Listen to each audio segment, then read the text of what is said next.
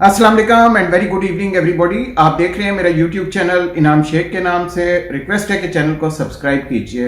ये मुझे आपकी सब्सक्रिप्शन बहुत इंपॉर्टेंट है, मुझे अच्छी वीडियोस बनाने में हेल्प करेगी और आपको लेटेस्ट अपडेट्स इंशाल्लाह मिलेंगी। आज केस स्टडी करेंगे कि यूएस और चाइना इनके दरमियान जो एक किस्म की ट्रेड वॉर हो रही है, इसके अंदर पाकिस्तान का क्या किरदार है। ये बहुत इंपॉर्टेंट पॉइंट है। 2013 तक यूएस ट्रेड के अंदर बहुत आगे था और जीडीपी भी उनकी बहुत ऊपर थी, लेकिन 2015 ऑनवर्ड्स चाइना उसको काट गया है। ट्रेड वॉर के अंदर चाइना की इस टाइम ट्रेड ज्यादा है वर्सेस यूएस से। अब यूएस ने क्योंकि डिफरेंट तरीके से आपने देखा है, क्वाड भी बना ली है, सैंक्शंस भी लगाई हुई हैं, चाइना के साथ उसकी एक किस्म की कोल्ड वॉर चल रही है।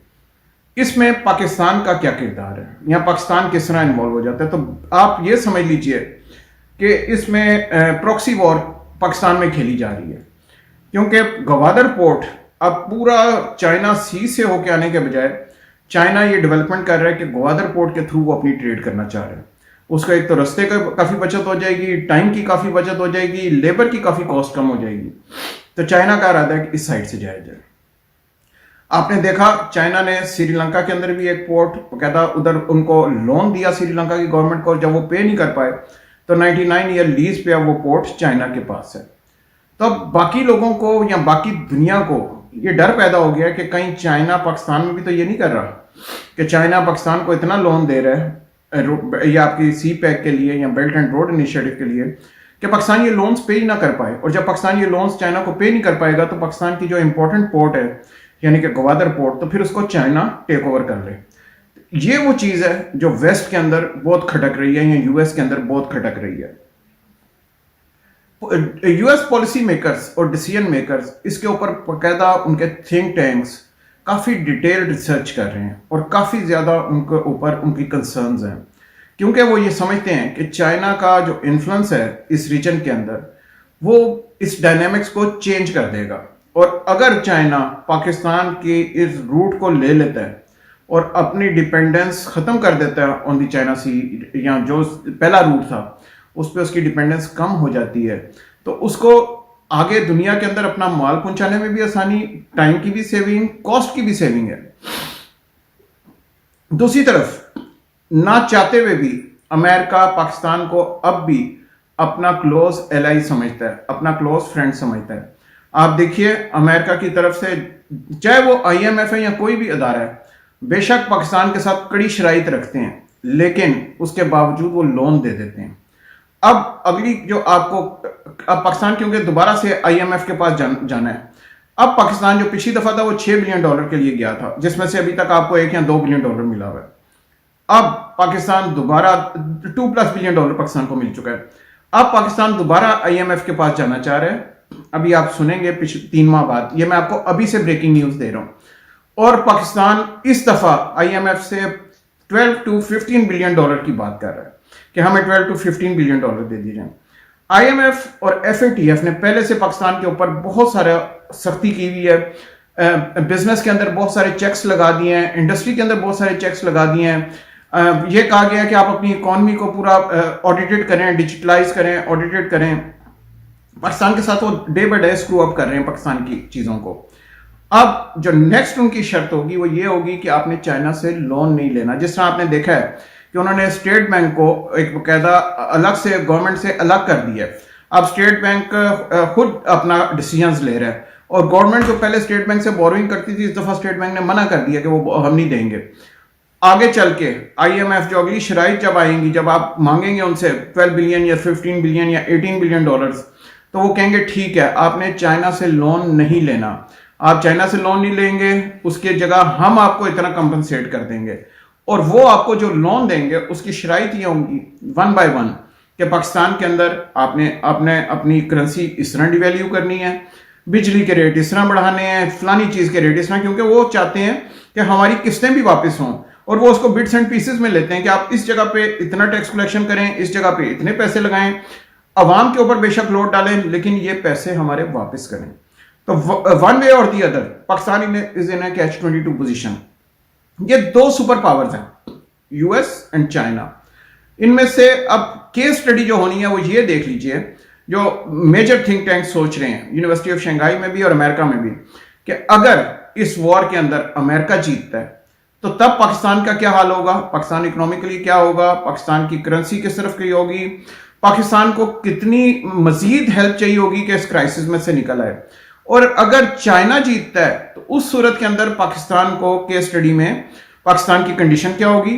पाकिस्तान, ये war US, remember war is between US and China, और उसका इंपैक्ट पाकिस्तान पे आ रहा है कि अगर चाइना जीत जाता है ये वॉर, जो कि बिजनेस वॉर है या आप कह लीजिए ग्लोबल वॉर है, एक किस्म की कोल्ड वॉर है, और अगर ये चाइना इकोनॉमी की वॉर जीतता है तो फिर पाकिस्तान के अंदर चाइना का इन्फ्लुएंस कितना होगा, पाकिस्तान के अंदर चाइना की इन्वेस्टमेंट कितनी होगी, पाकिस्तान पे चाइना के लोन्स कितने होंगे, पाकिस्तान का इंफ्रास्ट्रक्चर किस तरफ डिपेंडेंट होगा।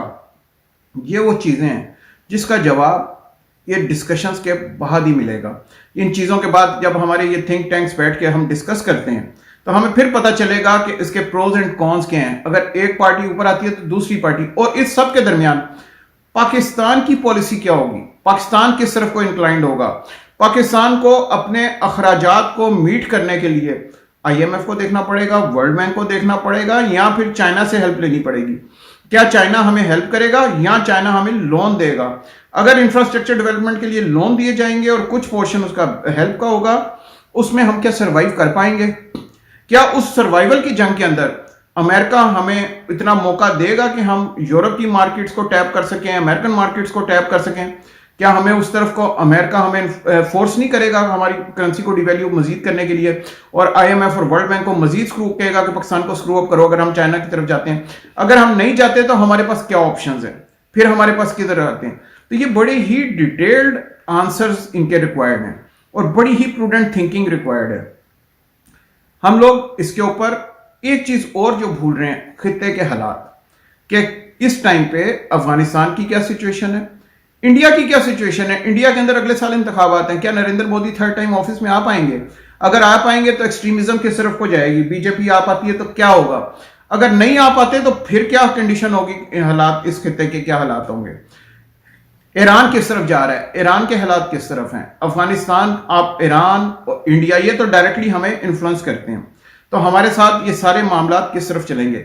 अगर अफगानिस्तान को अमेरिका डायरेक्ट अब पेमेंट पैसे दे रहा है, क्या अफगान हुकूमत और पाकिस्तान हुकूमत के दरमियान वो मामला उस तरह अच्छे चलेंगे? क्या तालिबान गवर्नमेंट के साथ हमारे मामला उसी तरह चलेंगे, या फिर अमेरिका उनको पैसे देते हुए कुछ शराइत रख रहा है कि आपने अब इन मुल्कों के साथ हालात बेहतर रखने हैं, इनके साथ जरा कम करने हैं, उनको पैसे चाहिए, अफगान गवर्नमेंट चलाने के लिए पैसे चाहिए, और उनको पैसे अगर अमेरिका देता तो अमेरिका फिर अपनी शराइत भी मनवाएगा। ये 1996 नहीं है कि तालिबान दुनिया से कट के हुकूमत, वो चाहते हैं कि हम दुनिया के साथ मिलकर हुकूमत करें, हमारी हुकूमत दुनिया एक्नॉलेज करे, जो कि अभी तक नहीं की जा रही किसी भी जगह से। तो तालिबान का सबसे बड़ा इशू यह है कि उनको पैसे चाहिए गवर्नमेंट चलाने के लिए, दूसरा एक्नॉलेजमेंट चाहिए कि अमेरिका उनको एक्नॉलेज, अगर अमेरिका करता है तो यूरोप पूरा एक्नॉलेज कर लेगा, बाकी ममालिक कर लेंगे। तो अब तालिबान ने भी अपनी पॉलिसी प्रो यूएस कर दी है, ताकि उनको एक तो पैसे भी मिल रहे हैं और दूसरा गवर्नमेंट चलाने के लिए, और दूसरा वो चाहते हैं कि हमारी गवर्नमेंट को एक्नॉलेज किया जाए। तो ये वो चीजें हैं जो डायरेक्टली पाकिस्तान को इन्फ्लुएंस कर रही हैं। अभी आपने देखा कि बॉर्डर के ऊपर कुछ तनाजात हुए छोटे छोटे, पाकिस्तान और अफगानिस्तान के बॉर्डर पे जो फेंसिंग के ऊपर हुए थे। इंडिया के साथ आपका बहुत बड़ा इशू चल रहा है कश्मीर का, वो किस तरफ को बैठा हुआ है अभी, वो बहुत बड़ा ऐसा वो मैटर है जो बड़ा हल तलब है। क्या अब उसके ऊपर क्या मामला, किस तरह ऊंट किस करवट बैठेगा। करेंसी पे आ जाइए, करेंसी खित्ते के अंदर अगर आप श्रीलंका को छोड़ दें तो बाकी तमाम ममालिक से हमारी करेंसी डाउन है। ये हमें किस तरफ को लेके जा रही है, क्या हम मजीद डीप बूट्स में जा रहे हैं या इसमें से निकल जाएंगे?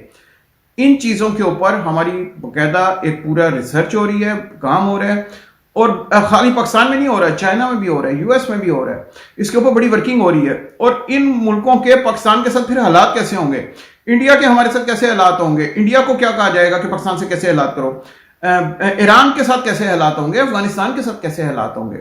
ये वो इंपॉर्टेंट क्वेश्चंस हैं जिनको हमें आगे चल के आंसर लेना है। इसके अलावा जो रशियन की रियासतें हैं, जो आज़ाद दुनिया, आर्मीनिया, अजरबैजान, ये सारी, इनके साथ हमारे ताल्लुकात कैसे होंगे, टर्की का क्या इंपैक्ट होगा, टर्की का लीरा खुद डेप्रिशिएट हुआ है, मलेशिया और इंडोनेशिया पाकिस्तान की कितनी हेल्प कर सकते हैं, सऊदी अरब किस साइड पे जा रहा है, सऊदी अरब तो आपको पता है प्री यूएस है, उनका क्या हालात है, यूएई किस तरफ है। तो ये वो बड़े ट्रिकी क्वेश्चंस हैं जिनके आंसर्स हमें इस केस स्टडी में देखने हैं। इंशाल्लाह इसके ऊपर हम मजीद भी डिस्कस करेंगे अगली अपने वीडियोस के अंदर। Thank you for watching today's video. मुझे उम्मीद है कि आप लोग भी इसके ऊपर सोच के कमेंट करेंगे। I will be waiting for your comments. इंशाल्लाह अगली दफा फिर मुलाकात होगी। Until next time, take care.